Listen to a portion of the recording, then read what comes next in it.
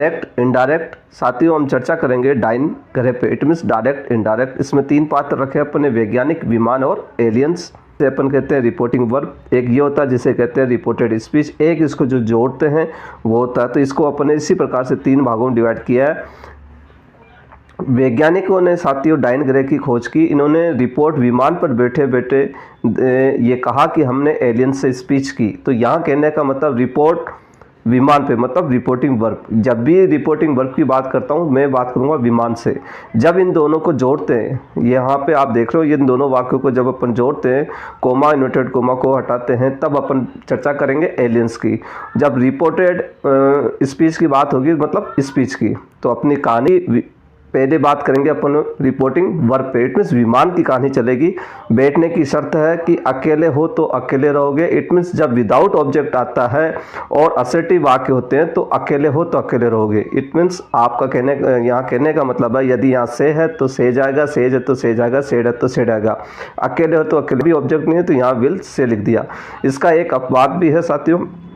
यदि विमान मतलब reporting verb present and future tense में है तो स्पीच को नहीं समझा जा सकता। इट मीन्स जो रिपोर्टेड स्पीच है उसमें कुछ भी चेंज नहीं होगा। यहाँ प्रेजेंट टेंस में तो यहाँ टेंस में कुछ भी चेंज नहीं होगा, यहाँ फ्यूचर टेंस में तो यहाँ टेंस में कुछ भी चेंज नहीं होगा।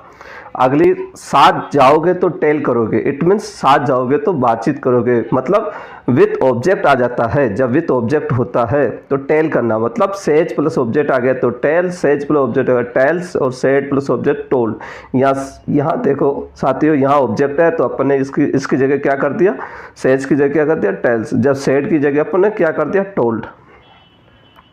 आज करना होगा, इट मीन संबोधन करना होगा, जैसे माय डियर फ्रेंड वगैरह। और जब संबोधन आप करोगे तो एक क्वेश्चन पूछा जाएगा, और क्वेश्चन जो होगा वो एक एक्स्ट्रा ऑर्डनरी नहीं होगा। यदि ऐसा होता तो आप एक्सक्लेम, मतलब आप क्लेम कर सकते हो। और हमारा सजेशन है आप लेट मत हो, विमान पर की शर्तें पूरी करो।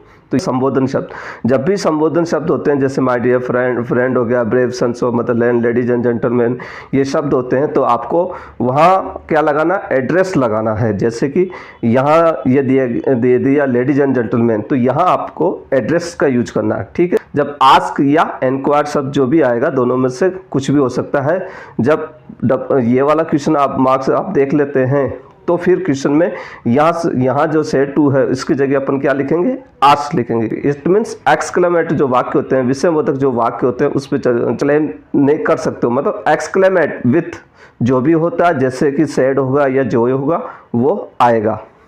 और लेट के लिए मैंने बताया था सजेशन। इट मीन्स से के साथ सजे